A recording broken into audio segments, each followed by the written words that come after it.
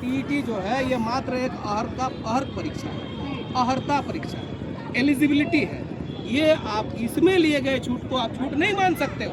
आपका विज्ञापन में, आपका रिक्रूटमेंट प्रोसेस में कहीं नहीं लिखा हुआ है कि अगर आपने जेटीईटी में छूट लिया है तो आपका रिजल्ट कैटेगरी में ही बनेगा, अनरिजर्व कैटेगरी में नहीं बनेगा, ये कहीं नहीं लिखा है। लेकिन इनका जो है सरकार और संस्थाओं का गठबंधन देखिए, सरकार ने साफ संदेश दिया है कि भाई हमारे पास उतने पैसे हैं नहीं। अभी आप देख रहे हैं तो उतना पैसा है नहीं, तो आप क्या करिए कि ऐसे टीचर का रिक्रूटमेंट करिए जिनका, यहाँ देख रहे हैं आप नज़र घुमा करके देखिए, सारे के सारे कौन डिस्क्वालीफाई हुए, जिनकी उम्र कम है उनको डिस्क्वालीफाई कर दिए गए, जिनकी उम्र ज़्यादा है अधिकतर शिक्षक उनको क्वालिफाई कर दिए गए क्योंकि उनको कम दिन का वेतन देना पड़ेगा। ऐसा भी आपने देखा होगा मीडिया में कि कोई 1 महीना पहले रिटायर्ड कर गया है, उसको बाद में नियुक्ति मिली कोई, बिल्कुल, और कल वो रिटायर्ड करेंगे।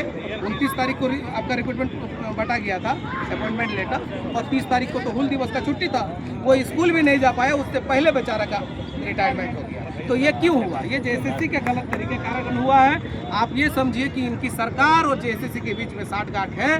सरकार इनको कही है कि आप टुकड़ों टुकड़ों में दो, टुकड़ों टुकड़ों में आप बहाली दीजिए। 26,000 एक शिक्षकों की बहाली, एक विज्ञापन, एक बार में एग्जामिनेशन, लेकिन आप रिजल्ट जारी कर रहे हैं किसी का 1 साल पहले, किसी का 1 साल बाद। ऐसा क्यों?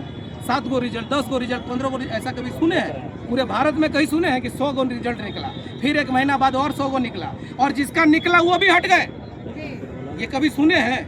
आप जाइए किसी भी जिला कार्यालय में चले जाइए, जिला शिक्षक अधीक्षक का जो हमारा कार्यालय वहाँ चले जाइए, बोले एक फाइल निकालिए ना, राम कुमार का जिसका अपॉइंटमेंट हुआ था उसका 10 फाइल है, क्योंकि एक बार वो पारा में अपॉइंटमेंट हुआ, फिर जाके नन पारा में अपॉइंटमेंट हुआ, फिर एक फाइल बना, फिर जा करके वो कैटेगरी में चला गया, फिर एक और फाइल हुआ, फिर प्रदीप कुमार लग गया तो फिर एक तो फाइल हुआ, तो उसका 10 फाइल, एक ही फाइल होता है। आप बोले ना कागज इतना क्यों लेके घूम रहे हैं, तो वही कारण है कि इन कागजों को देने में सरकार का रोल है। और हम लोग देखें कि छात्र जो बैठे हुए हैं जेन्युइन मांग को लेकर के बैठे हुए हैं। छात्र जेएसएससी जेपीएससी में रिफॉर्म चाहते हैं, हम पारा टीचर भी जेएसएससी जेपीएससी में रिफॉर्म चाहते हैं, बिकॉज हम जो बच्चों को पढ़ाते हैं हमारे ही बच्चे जेएसएससी जेपीएससी में जाते हैं। इवन हम भी जेएसएससी के एप्लीकेंट हैं, जैसे अदर लोग जैसे जेपीएससी जेएसएससी के एप्लीकेंट हैं, हम लोग भी जेएसएससी जेपीएससी के एप्लीकेंट हैं। हमारे साथ भी ज्यादती हुई है। कई ऐसे लोग हैं जो हम लोग सारे लोग सहायक जांच का फॉर्म भरे, हम लोगों को गलत तरीके से छला गया, ठगा गया, तो इसीलिए इनके मांगों को पूर्ण समर्थन देते हुए हम लोग आए हैं। और यहाँ पर हम लोग सीधे इनके पास जाएंगे, जाकर के इनको नैतिक समर्थन देंगे,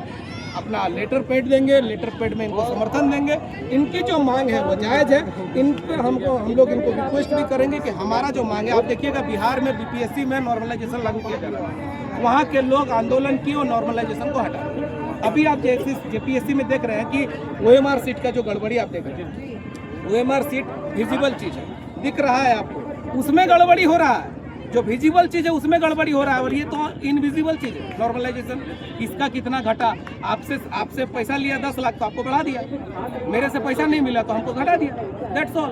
सरकार का गाइडलाइन है कि भाई 26,001 में आपको 10,000 से ज़्यादा नियुक्ति नहीं देना है, आपको कैसों करके आपको रोकना है, ठीक है। 26,001 शिक्षकों की बहाली होने नहीं देना है। तो तरह तरह का, किसी को नॉर्मलाइजेशन में, किसी को फलना में, किसी को चिल्ला में, ऐसे करके ठग लिया। हम लोग बेचारे की जो साथी हैं 2012 में जेटीईटी पास किए, 2016 में जेटीईटी पास किए, 10 वर्षों से इंतजार कर रहे थे इस नियुक्ति का। हम लोग सोचे ये नियुक्ति ट्रांसपेरेंट तरीके से होगी, पता चला कि ऐसा नियुक्ति इन्होंने किया, नो ट्रांसपेरेंसी।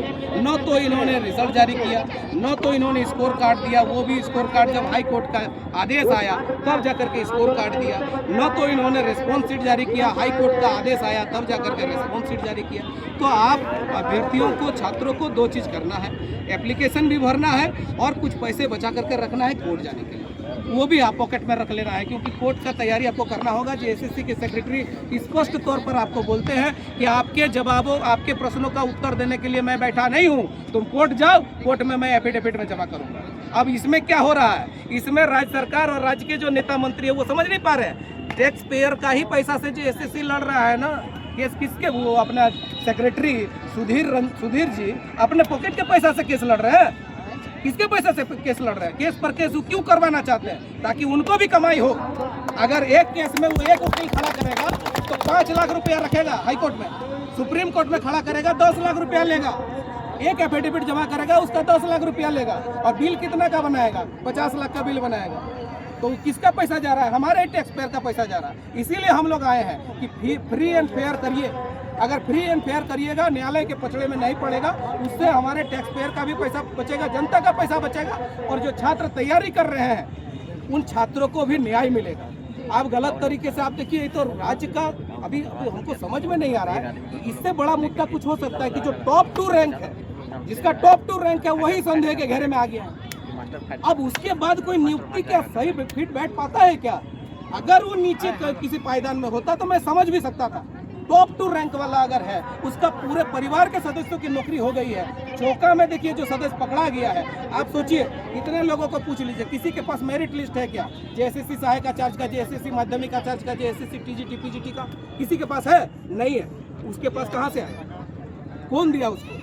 जब आप जेएसएससी गेट में जाते हैं तो पता चलता है ना कि ये जो है ऑटोनोमस बॉडी है। किसी भी नेता मंत्री के पास जाइएगा ना, वो क्या बोलते हैं, इसको जानते हैं, ऑटोनोमस। और हमको ये समझ में नहीं आ रहा है कि कौन सा ऑटोनोमस है जिसका जो है वो चौका में लेकर के मेरिट लिस्ट लेके घूम रहा है, 10-10 विज्ञापन का मेरिट लिस्ट लेके घूम रहा है। कौन सा ऑटोनोमस हो तुम? जब तुम्हारा मेरिट लिस्ट जाकर के पता कर रहा है, ये क्यों हो रहा है? ये धांधली क्यों हो रहा है? मान लीजिए 10 का नाम है, आपको नहीं पता कि आपका मार्क्स कितना है, उनको पता है कि आपका मार्क्स कितना है। ऊपर का 2 लोग हट जाएगा तो आपका नियुक्ति होगा, उसको पता है कि ऊपर का 2 लोग हटेगा क्योंकि इसका डॉक्यूमेंट्स में कुछ गड़बड़ी है, मान के चलिए। तो वो 11वां के पास जाएगा कि बाबू तुम 10 लाख दे दो, है ना, तो तुम्हारा करा देंगे। वो सोचेगा यार 10 को वैकेंसी है, मैं तो 11वां पायदान में हूँ, मेरा तो होना नहीं है, दे दो 10 लाख। और वो दिया, और उधर उसको होना था अपने आप।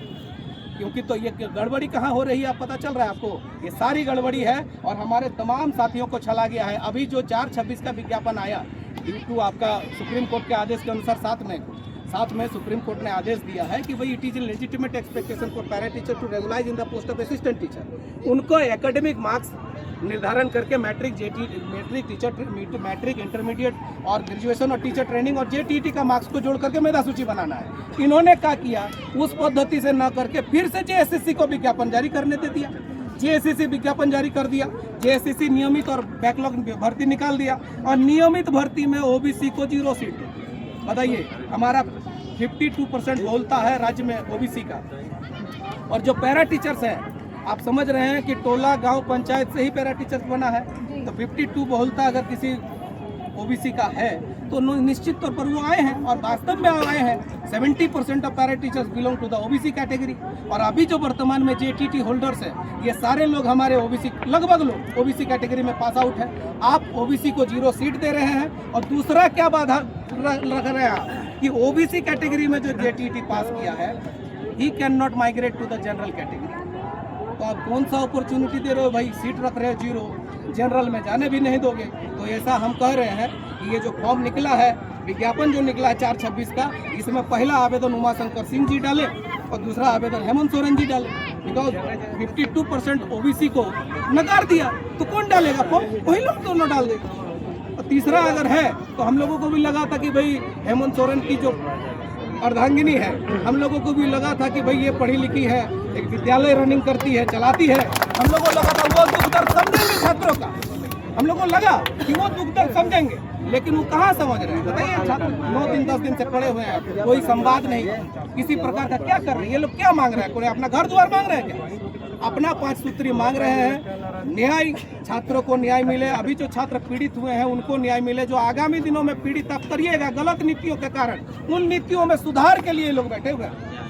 तो यही हमारा भी मांग है कि भाई जेएसएससी जेपीएससी में रिफॉर्म हो पूरी तरह से। अगर जेपीएससी को करना ही नहीं आता है तो यूपीएससी को दे, क्योंकि सारी की सारी नियुक्ति आपका दाग लगा हुआ है, तो आपको करना ही नहीं आता है। आप एनटीओ को देख लो, नेशनल टेस्टिंग एजेंसी में कितनी पब्लिक डोमेन में वो कितनी उनकी ट्रांसपेरेंसी है।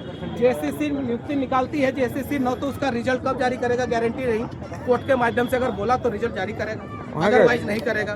तो ये अगर इस तरह की ट्रांसपेरेंसी मेंटेन कर रहे हो तो हेमंत सोरेन जी जो शिक्षा मंत्री का प्रभारी अभी प्रभार में है, उनको समझना चाहिए कि भाई राज्य की क्या स्थिति है, शिक्षा की क्या स्थिति है। 8,569 विद्यालय में एक ही शिक्षक है। आप सोचिए कि क्या स्थिति होगी शिक्षक। और उस विद्यालय का कक्षा 1 से लेकर के कक्षा 5 तक पढ़ेंगे, और वो जब विद्यार्थी जब बड़े बनेंगे तो यूपी बिहार वाला कहाँ से कंपटीशन कर पाएगा? बताइए आप। एक ही शिक्षक है वहाँ पढ़ाने वाला, और आपके बच्चे कहाँ पढ़ रहे हैं देख लीजिए। तो ये स्थिति है और इसके सुधार के लिए हम लोग एक दिवसीय यहाँ आंदोलन सह बैठक का आयोजन किए हैं। इनको समर्थन देंगे। देन आफ्टर हम लोगों का जब भी हॉलीडे या संडे होगा हम लोग आएंगे, इनकी मांगों को प्रमुखता के साथ कंधे से कंधे मिला करके हम लोग चलने का काम क्वेश्चन नहीं कर रहे हैं मैडम, क्वेश्चन भी कीजिएगा ना। ये नारा का स्पेशलिस्ट जेटेट पारा शिक्षक एकता जिंदाबाद, जिंदाबाद जिंदाबाद जेटेट पारा शिक्षक एकता जिंदाबाद, जिंदाबाद जिंदाबाद। नॉर्मलाइजेशन के नाम पर जेटेट अभ्यर्थियों को छलना बंद करो, बंद करो बंद करो नॉर्मलाइजेशन के नाम पर जेटेट अभ्यर्थियों को छलना बंद करो, बंद करो बंद करो। BC1 BC2 को सीट देना होगा, देना होगा देना होगा BC1 BC2 को सीट देना होगा, देना होगा देना होगा। सचिव होश में आओ, होश में आओ होश में आओ सचिव होश में आओ, होश में आओ होश में आओ सरकार होश में आओ, होश में आओ होश में आओ सरकार होश में आओ, होश में आओ होश में आओ। पारा शिक्षक संघ जिंदाबाद, जिंदाबाद जिंदाबाद।